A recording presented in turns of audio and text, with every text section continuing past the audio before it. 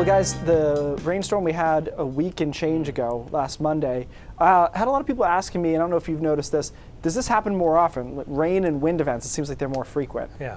And so I dug into some of the data, and we have some answers for you. And the short answer is yes, this is observed long-term changes in stream precipitation. So that's actually done by a standard deviation, so how much above average each rain event is. That's not really all that important. What's important here is your percentages and how much above average, and that is a tough one to read, right? It's 38% above the observed precipitation events compared to a baseline, so a climate amount.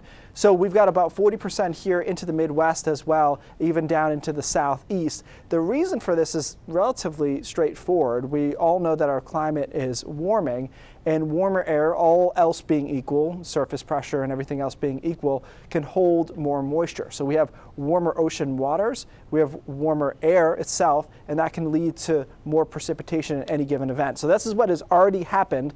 Let's go to the next graphic, which shows you a computer model simulation of the percentage change that we will have if we continue on the same trajectory roughly with emissions. And this says higher emissions, meaning that we don't do a very good job curbing emissions, and not just the United States, of course, but the entire world. Future change in precipitation by the late 21st century, and you're looking at an additional 40% on top of what we already have. So we'd have more extreme precipitation events.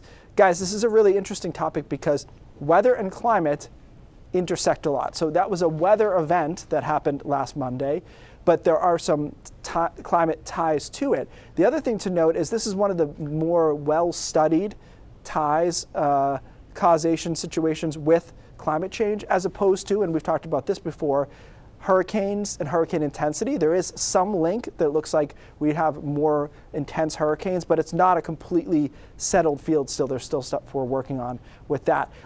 Last thought, gentlemen, is that this is part of the reason that I did a story recently on us not getting significantly less snow than we used to, because what we lose in snowpack by it being warmer and having rain events in between, we are able to gain by the fact we have more moisture around times that we're able to stay below freezing. So it's all interconnected. Right, and that conversation was about how it could still snow, we're just not seeing it stick around. Yes, and in many cases we've had the same amount of snow or even a little slight upticks in places like Bangor and Caribou. The difference is that we're just smoking that snow in between, and so it doesn't look the same to us as it used to. Ooh, 40% though. Yeah, That's not a a good big number. Jump. All right, Keith, thanks for breaking it down for us with the maps and everything.